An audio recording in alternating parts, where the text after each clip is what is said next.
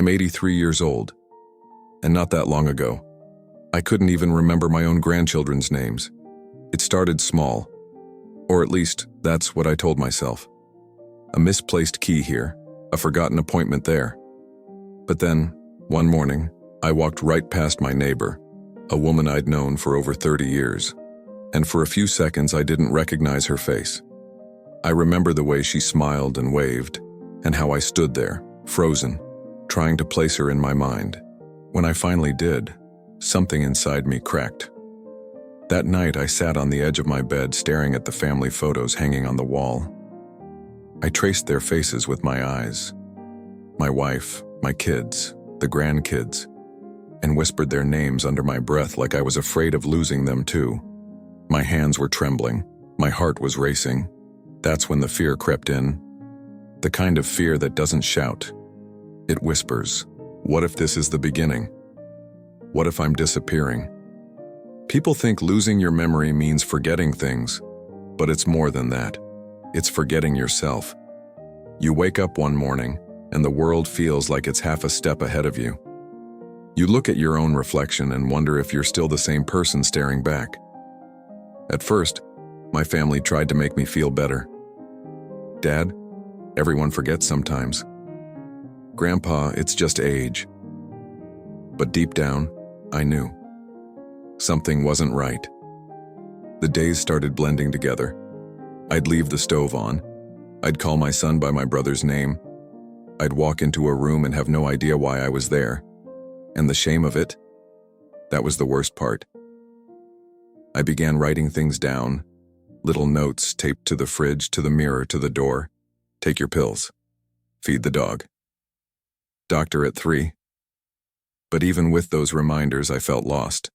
There were moments, quiet, lonely moments, when I'd sit in the living room at night, the TV flickering, and tears would roll down my face before I even knew I was crying. Not out of pain, but out of confusion. I didn't want my family to see me like that. So I hid it. I smiled through dinners, laughed when I couldn't follow conversations. But inside, I was terrified. And I started thinking things I never thought I would. Maybe it was time to accept it. Maybe this was just how it ended. Slowly, piece by piece, until I was gone but still breathing. That's the kind of thought that keeps you awake at night. Then one morning, something strange happened. I was sitting at the kitchen table staring at my cup of coffee when my daughter Clara walked in. She looked at me and said gently, "Dad, you've been quiet lately. Are you okay?" I wanted to tell her everything. The fear, the shame, the emptiness.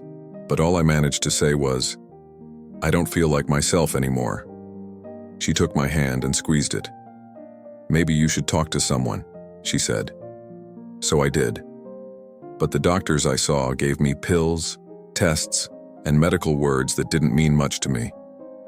Cognitive decline. Mild impairment.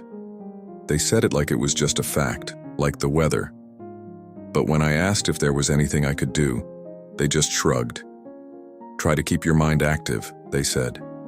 "It's part of aging." I remember walking out of that office feeling smaller than I ever had before. I sat in my car for a long time, hands on the steering wheel, staring at nothing. The world outside kept moving, people crossing the street, cars honking, but I couldn't bring myself to start the engine. And that's when I whispered to myself, "Is this really it? Is this how it ends?" That moment was my breaking point, because somewhere deep down I still believed there had to be something, some way to stop this slow fading of who I was. I didn't want miracles. I just wanted me back. So I made a promise that day. I wouldn't give up until I found something that helped me remember again. I didn't know it yet, but that promise would change everything, because just a few weeks later, an unexpected conversation, one simple question, would lead me to the food that gave me my mind back. The days after that doctor's visit felt like a blur. I tried to stay hopeful, to keep doing the little things that made me feel normal, watering the plants, making coffee, reading the newspaper. But everything started slipping through my fingers, like sand I couldn't hold on to. One morning I was making breakfast and forgot I'd already cracked 2 eggs into the pan. When I reached for another one, my daughter laughed softly.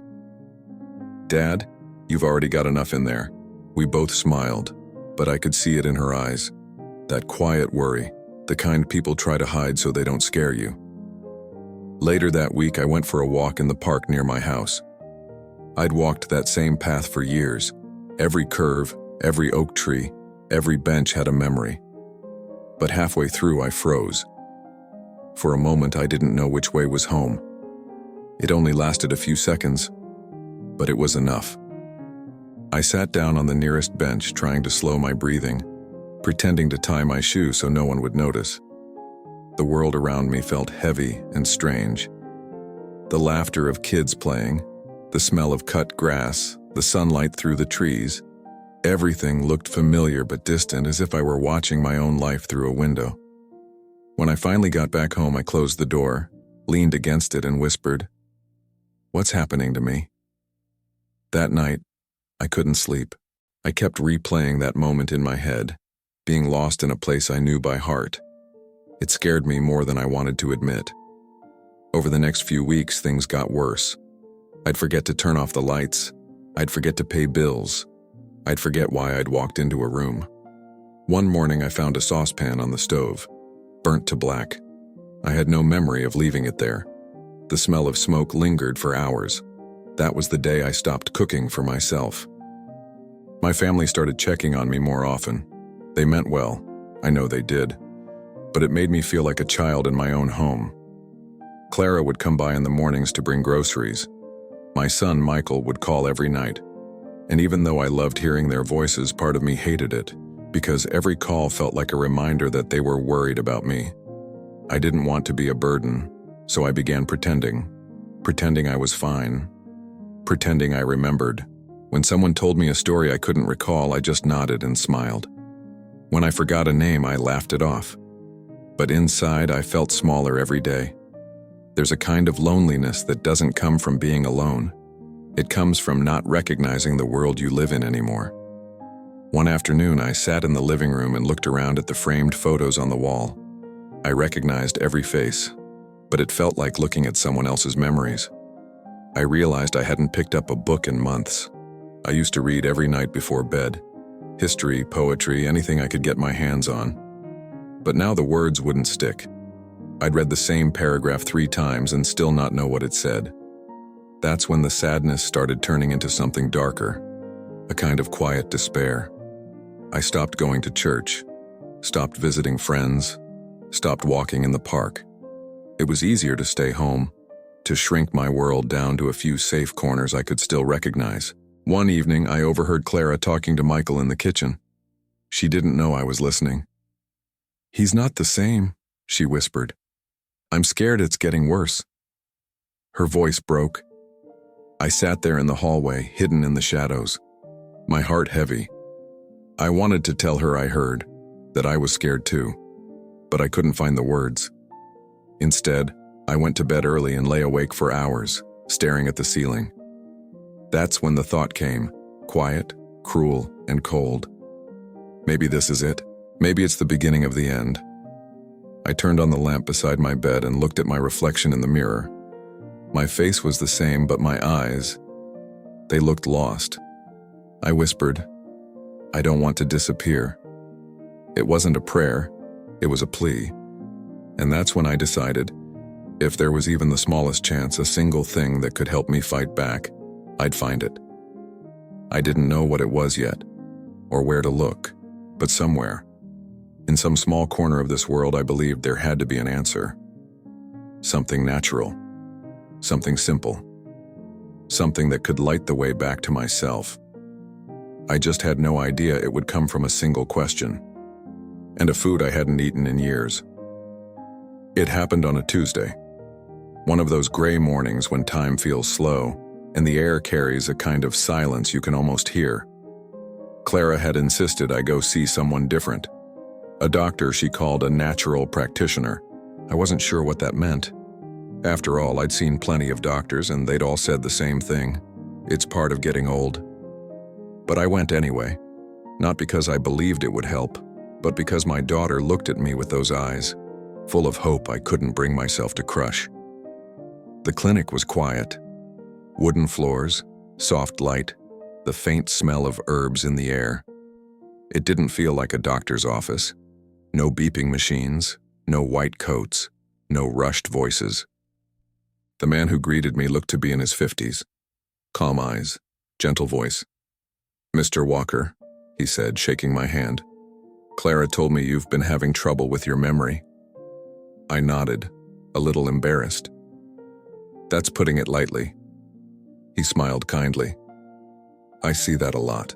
Tell me, what's your daily routine like? What do you eat?" For a second, I thought he'd misunderstood. "My memory's the problem," I said, "not my diet." He just leaned back, still smiling. "Sometimes," he said softly, "they're the same thing." I frowned. "What do you mean?"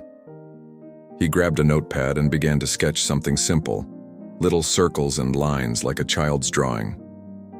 "These are neurons," he said, tapping the page. "They talk to each other through connections, but as we age, those connections get weaker. Inflammation, toxins, poor circulation, they all interfere with the conversation happening inside your brain." I watched his hand move across the paper, curious despite myself. "Most people," he continued, "try to fix the symptoms with drugs, but the real question is, are you feeding your brain what it needs to stay alive?" That stopped me. No one had ever said it like that. He looked up at me. "Tell me, what do you eat every day?" I thought for a moment. "Toast, coffee, sometimes eggs, maybe soup for lunch, frozen meals for dinner, easy stuff."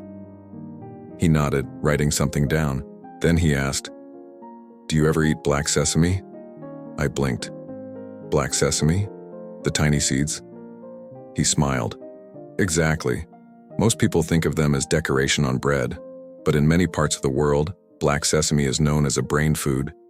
It's packed with natural compounds, antioxidants, healthy fats, minerals that help restore communication between neurons. It literally feeds the cells that store your memories." I couldn't help but laugh softly. "You're saying something that small could make a difference?" He shrugged gently. "Sometimes the smallest things do. You don't have to believe me, and just try it. A spoonful a day, ground and mixed with warm milk or yogurt. Give it a week." There was something about the way he said it. No pressure, no promises, just quiet certainty. As I left his office, I still wasn't convinced. But that night I found myself at the grocery store, standing in front of a shelf full of jars and bags I'd never paid attention to before. There it was, black sesame seeds. I bought a small bag. The next morning I toasted a spoonful on a pan, just like he'd told me. The smell surprised me. Nutty, rich, almost comforting. I mixed it with a bit of honey and yogurt. It didn't taste like medicine. It tasted alive. I told myself it was silly, but I kept doing it. Every morning, one spoonful. The first 3 days, nothing. No difference, no miracle. But on the 4th day, something happened. I was sitting in my living room when I suddenly remembered the name of my childhood dog. Rusty. I hadn't thought of that dog in decades. And then more came. Faces, places, smells, memories I thought were gone forever. It was like watching a fog lift, little by little, revealing things I didn't even realize I'd lost. I sat there, my heart racing, my hands shaking, not from fear this time, but from something I hadn't felt in months. Hope. That evening, when Clara called, I told her about it. She laughed, half skeptical, half amazed. "Dad, are you sure it's not just coincidence?"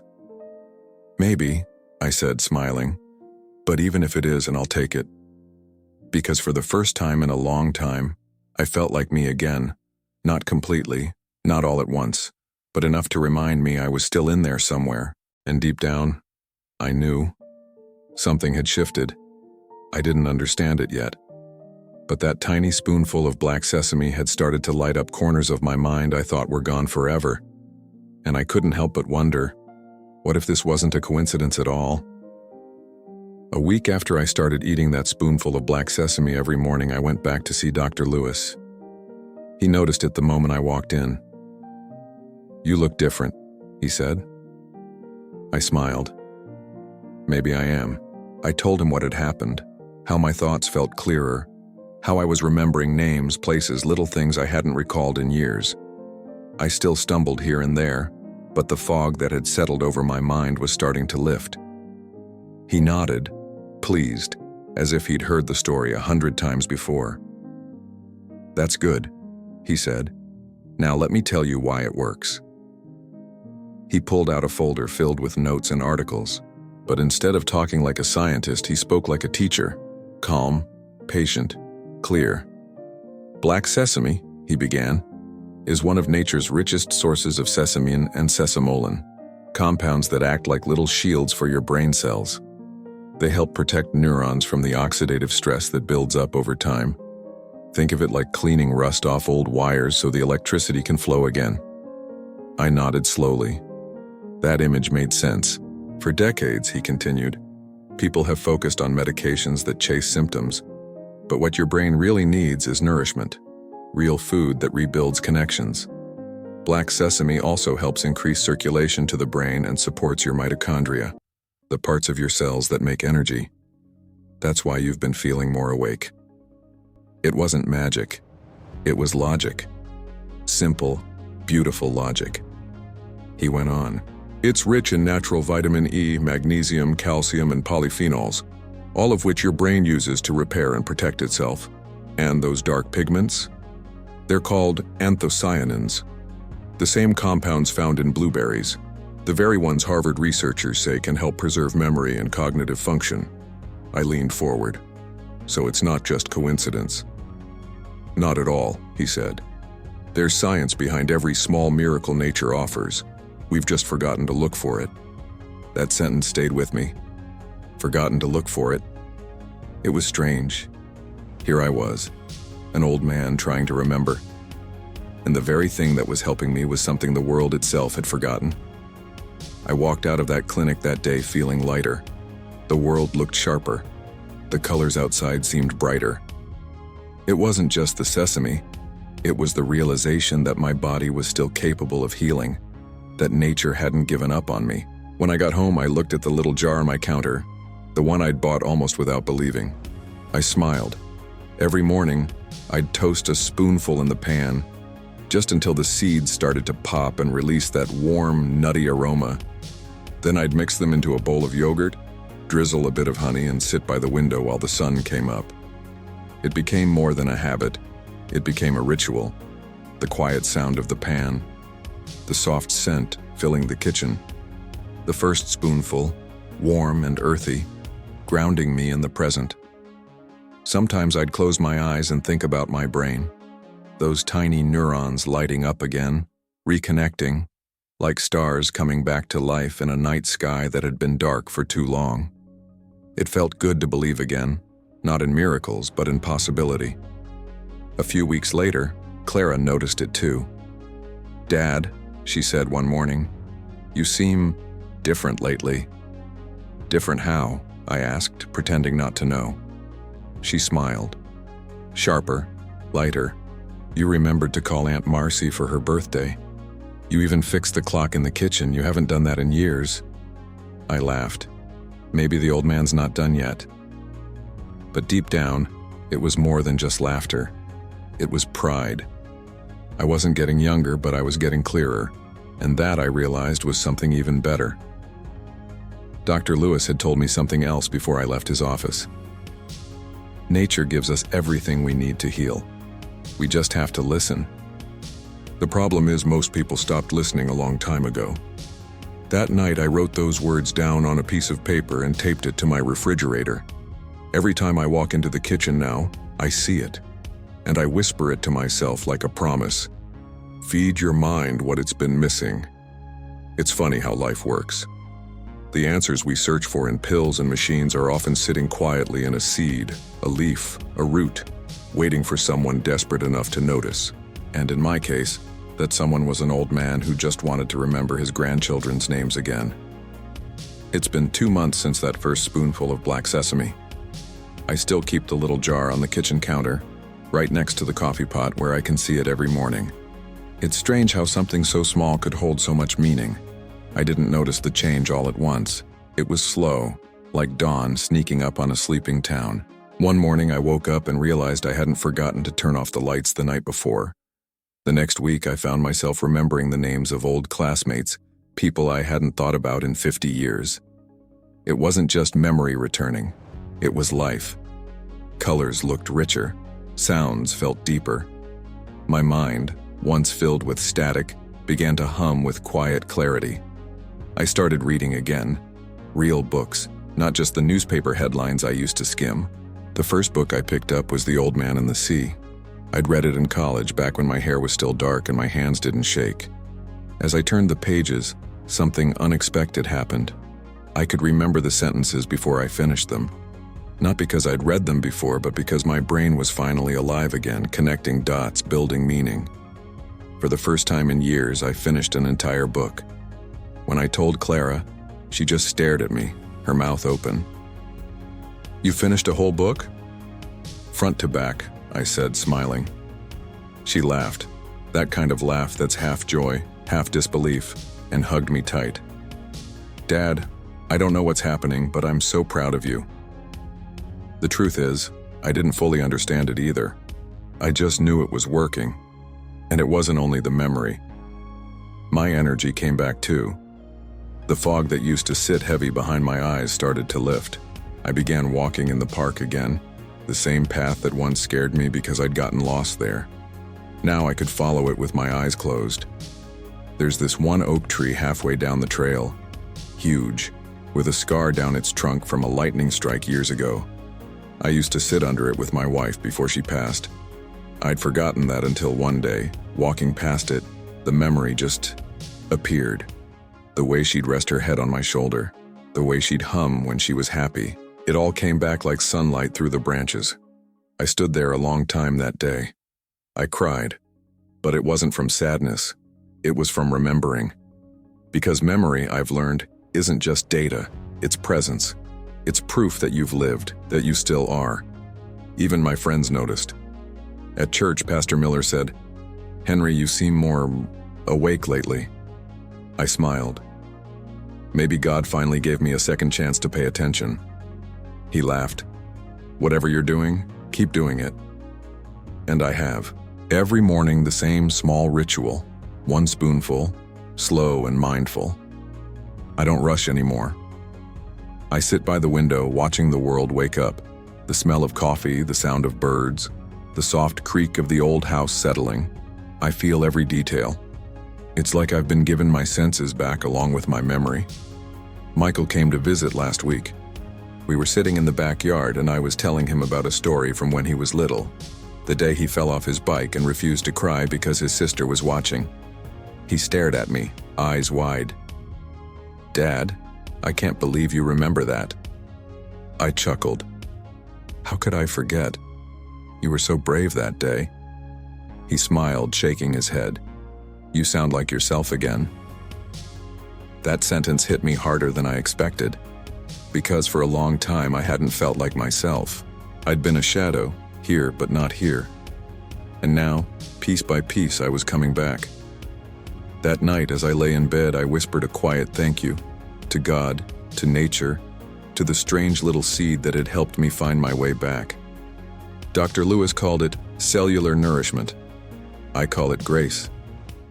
And maybe they're the same thing. The next morning, when I looked in the mirror, my eyes looked different, not younger, but clearer. I could see the man I used to be, and the man I was becoming again. There's a phrase I wrote in my journal that day. Healing doesn't always mean becoming new. Sometimes it means remembering who you were. And that's what this journey had become, not just about memory, but about remembering myself. When I told Clara that, she teared up. She said, "Dad, you sound like the man who raised me again." I reached for her hand and said softly, "Maybe he never really left." For the first time in years, I didn't feel afraid of the future, because when the light comes back, even just a flicker, you start to see that it was never really gone. It was just waiting for you to find it again. It's strange, how life can change quietly, without any grand announcement. No fireworks, no fanfare, just a soft return to yourself. It's been almost 6 months since that first morning with the black sesame. I still remember how skeptical I was. An old man, desperate for something, anything that might help him hold on to what was left of his mind. Now, every time I sit down at the kitchen table, I see the sunlight pouring through the window and I think, I made it back. I still forget small things now and then, where I left my reading glasses, what day the trash goes out. But it doesn't scare me anymore, because the fog that once clouded my mind has lifted. I can think, I can laugh, I can tell stories again, and the best part, I can remember why I'm grateful. Sometimes I catch myself watching my grandchildren play in the yard. Their laughter fills the air, sharp and bright, like bells in the distance. A few months ago, I would have watched from the window, too tired, too disconnected to join them. Now, I'm out there with them, tossing the ball, telling them stories about when I was their age. One afternoon, my youngest granddaughter Lily looked up at me and said, "Grandpa, you tell the best stories." I smiled and said, "That's because I remember them now." She laughed, but I could see in her eyes she didn't really understand. And that's okay. She will someday, because someday she'll know that memory is more than remembering. It's living. Dr. Lewis told me something I'll never forget. The mind is like a garden. What you feed it determines what grows. For years, I'd been feeding mine the wrong way, rushing, worrying, numbing myself with pills and routines. Now I feed it with what matters: rest, laughter, sunlight, and yes, a spoonful of something small, dark, and powerful. It's funny. This simple seed that most people ignore gave me back the one thing that medicine couldn't: myself. And that's why I'm telling you this. If you're listening to me now, if you've felt that same fog creeping in, the lost names, the forgotten words, the moments that slip through your fingers, I want you to know something. It's not too late. You are not too far gone, and you're not alone. There's always something you can do. Sometimes it's as simple as changing one small thing, one habit, one meal, one morning ritual. Because healing doesn't start in hospitals. It starts in your kitchen, in your garden, in your heart. That's where I found mine. If you'd like, in the next video I can show you exactly how I prepare it, the way that worked for me, step by step. Just leave a comment below that says, "I want." And if this story touched you, if it reminded you of someone you love, share it with them. Because no one told me memory could come back, but it did. And maybe, just maybe, it can come back for you too. He pauses, looks at the camera, a soft smile forming. Don't let memory slip away. It's the thread that ties every beautiful thing you've ever lived. And sometimes all it takes to hold on to it is a spoonful of hope.